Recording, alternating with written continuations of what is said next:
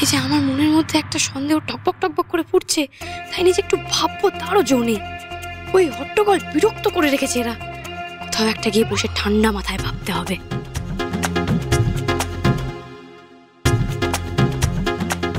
Bathroom যাবো?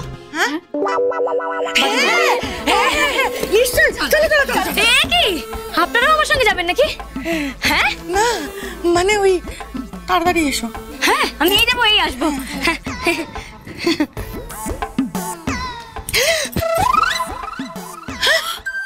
মেজো ওইভাবে ছুটলো কেন? হ্যাঁ আবার পালালো না তো?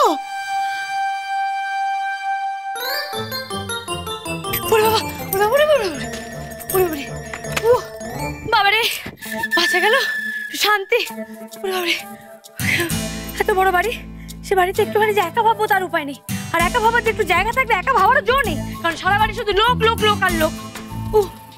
বাপরে বাপ, খবর থেকে একটু বেঁচে শান্তি পেলাম আমি এখানে এসে।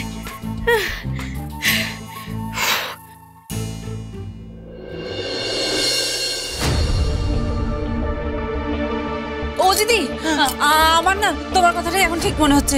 আমি সন্ধ্যাকে একদম বিশ্বাস করতে পারছি না, ও পালালেও পালিয়ে যেতে পারে। এখন কি করি বলতো? ও জ্বালা, হ্যাঁ একবার গিয়ে দেখবি না কি বাথরুমের দিকে? আমি তো যেতেই পারি, কিন্তু যদি রেগে যায়? সেটাও ঠিক কথা। মা, ও মা, বউ ভাতের সব ব্যবস্থা করে ফেলেছি।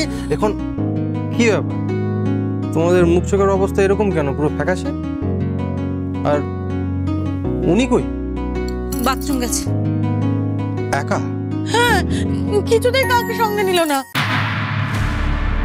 নীল, বৌমা যাওয়ার সময় যেরকম ছুট লাগালো না, আমার মনে হচ্ছে অন্য কোনো ধান্দা আছে। এতক্ষণ তো লাগার কথা নয়। সর্বনাশ। মেজো চলো আমরাও গিয়ে দেখি, সত্যি সত্যি আবার পালালো না তো? চলো চলো চলো চলো চলো।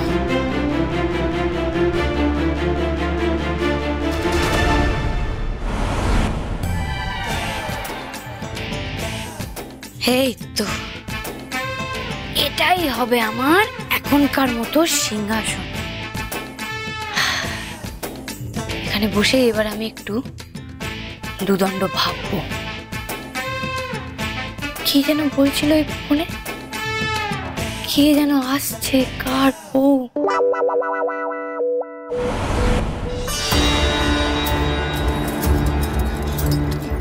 বৌমা, বৌমা দরজা খোলো মা। কতক্ষণ এভাবে ভেতরে বসে থাকবে? বৌমা সাজবে না, দরজাটা খোলো মা। ব্যাস শুরু হয়ে গেল হাঁকাহাঁকি ডাকাডাকি। ও বৌমা বেরো। না, আমি আজ বেরোবো না, আমি এখানেই থাকবো। পালায়নি, বাড়িতেই আছে। বাবারে বাবারে, দূর দূর, জীবনে একটু শান্তি নেই। মানে কি ভেবেছে কি ওরা, সারা বাড়ি শুধু লোক সবাই মিলে করে বৌমা বৌমা বৌমা করে মাথা খারাপ করে দিচ্ছে। আমি কি নিজের জন্য একদণ্ড সময় পাবো না? আরে আপনি দরজাটা খুলুন না একবার প্লিজ। ব্যাস বন্ধ এসে গেছে। ডাকুন ডাকুন, যত খুশি আপনারা আমাকে ডাকুন। আমি আজ এখান থেকে নড়ছি না, আমি এখানেই এখন থাকবো, এখানেই বসে বসে ভাববো। ও বউ ঠানবো, বেরো না।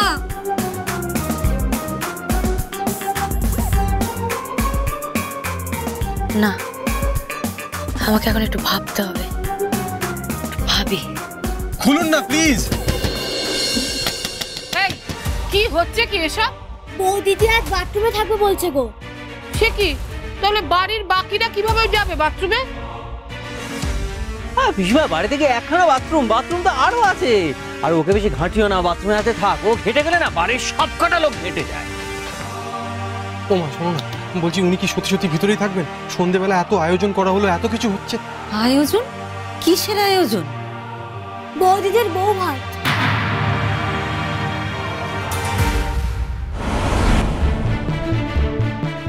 শোনো, অঙ্কনের বউ আজ রাতের বাসে নাকি ফিরছে।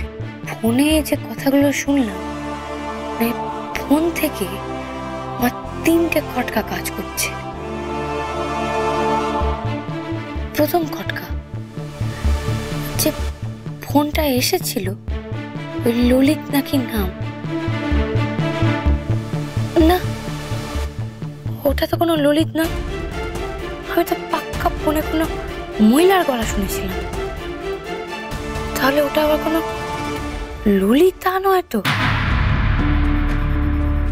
ললিত নয়, ললিতা যদি হয়, কিন্তু সে কি ভণ্ডবাবুর বাবার সঙ্গে এমন খ্যাঁচ খ্যাঁচ করে কথা কেন বলছিল?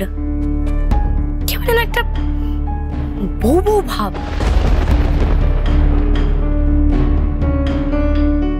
তারাকে খোঁজার কোনো দরকার নেই, ও যে চুলোয় খুশি যাক, বুঝলে? দ্বিতীয় খটকা, তারা। তারার খোঁজ পাচ্ছে না মানে তারা নিখোঁজ। তারাটা কে? আরে তারা মানে তারা চরিত্রটা কিরকম যেন একটা দিন দিন রহস্যজনক হয়ে উঠছে না? তারার খোঁজ কেন করছে ওরা? তার মানে ভণ্ডবাবুর বাবাও জানে যে তারা নিখোঁজ, তাই তো তারার খোঁজ করছে। আর ওই ফোনের ওই মহিলা কেন বললো যে তারার খোঁজ করার দরকার নেই? আর তৃতীয় খটকা, অঙ্কন। অঙ্কনটাকে, আরে অঙ্কনের বউয়ের সাথে তারার কি সম্পর্ক?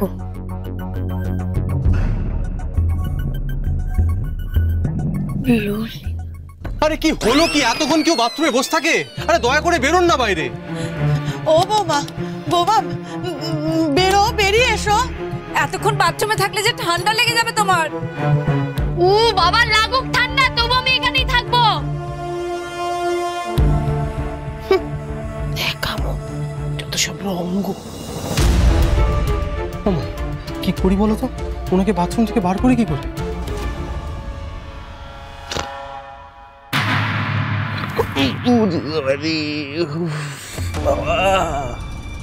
সর্বাঙ্গে ব্যথা। উফ,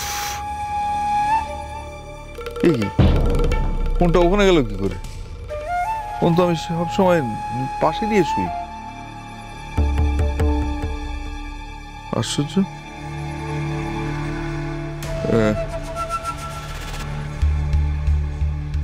কল লিস্টটা একবার দেখি তো। এই তো রিসিভ কলে ললিতার নাম রয়েছে।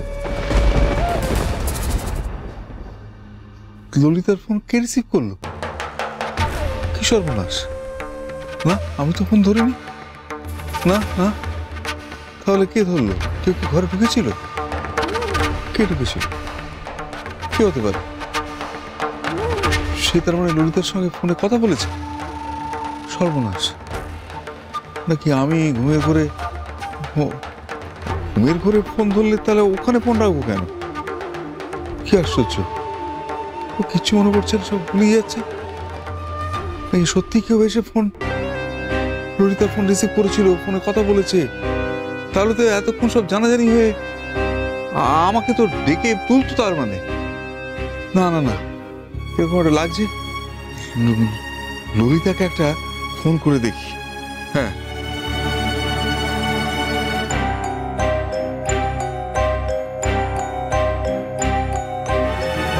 তোর বাবার সাথে ফোনে কথা হলো, একটা কথা বললো না, চুপ করে রইল।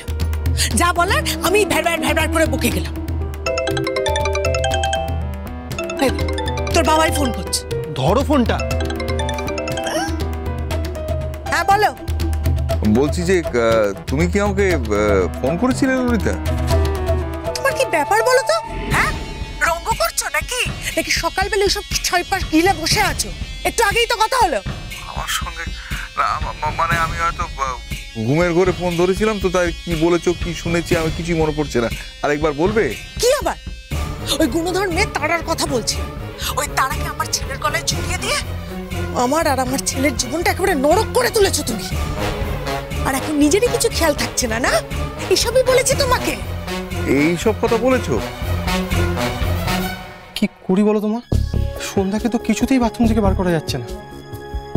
আরে আমার তো যাবার আছে বাথরুমে, কি করব? ফ্যানে বসেছে নাকি? দরজা ভাঙবি নাকি এবার? বাইরের বাথরুমটা যাও না। অনেকক্ষণ হয়ে গেছে মা, এইবারে ওনাকে বার করতে গেলে দরজা ভাঙতেই হবে। সন্ধ্যা তারা